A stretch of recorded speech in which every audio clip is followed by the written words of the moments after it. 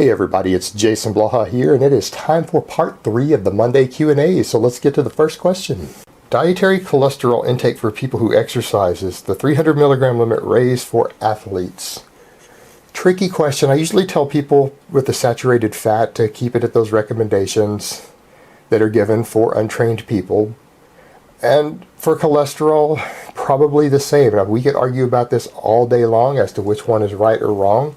But the reality is athletes have much lower risk of all of these diseases as it is caused by this, so they probably do have a lot more leeway on all of these things.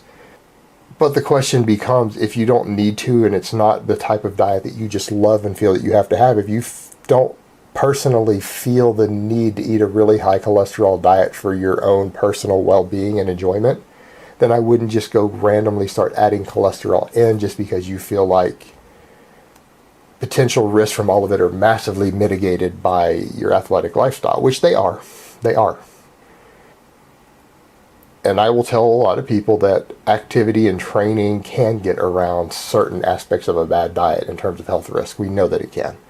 But again, that's kind of a tough one to answer. The limit is probably raised, but I also don't want to tell people to go and just cram themselves full of massive amounts of cholesterol, because that's how people will misconstrue me saying something like that, is that because I said, well, you can eat a lot of things safely if you're extremely athletic, doesn't mean that you should go do so, or that I'm telling people that it's the best choice. It's just that you're probably removing most of the risk of doing so. All right, next question.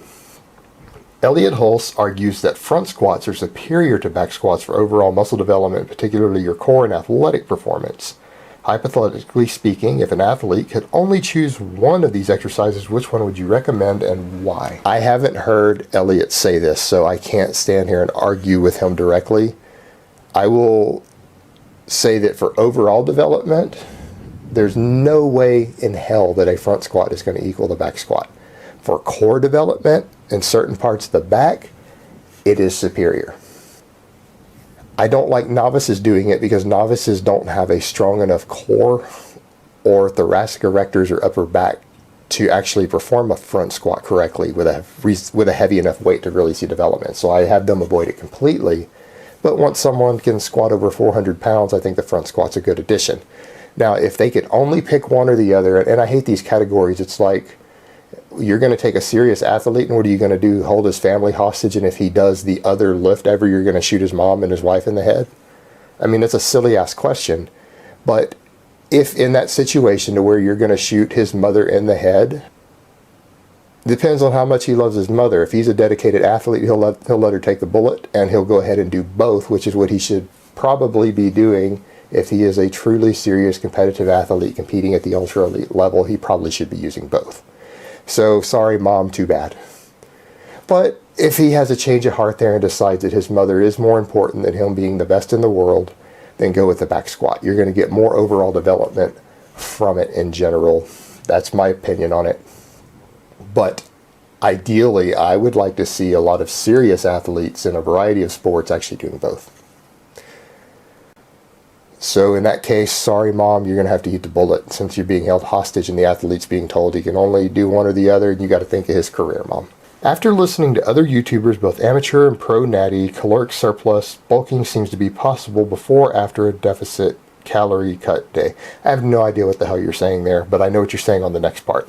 With this logic and a good diet, do you think it is feasible to bulk on my 5-day lifting days a week and cut on my 2 relative rest days? As a former unsuccessful powerlifter, my goals are largely aesthetic now. Okay, unless you are talking about refeeds on a cut, stop micromanaging your days. This doesn't work. It is silly. It's a waste of time. There's no real reason for you on a bulk, even a clean bulk, to even eat different calories from day to day. If you go into a deficit on 2 days and a surplus 5 days, considering that you have all these other factors revolving around your training, such as your training fuel oftentimes being the carbs you ate the day before, that your digestion and absorption doesn't even work on a 24-hour cycle. You're still absorbing calories sometimes 48 to 72 hours after you ate them. That no, all you're doing is eating a smaller calorie surplus bulk. you're not going to see any difference in body composition from doing what you described in that way versus just eating the 300 calorie surplus every day. You're going to get the same net effect over the end of the week, the end of the month. You're not going to see a difference. It's silly micromanagement, and it's poorly thought out. And when people suggest this stuff, they don't show a good understanding of the human digestive process or the way that food intake affects performance and recovery. That shows people are very ignorant of this when they propose this, and a lot of people propose it, so you're not alone. It just displays a poor understanding. All right, guys, that's really all I have to say on that today. I hope it has been informative, and I will talk to you guys next time in part 4.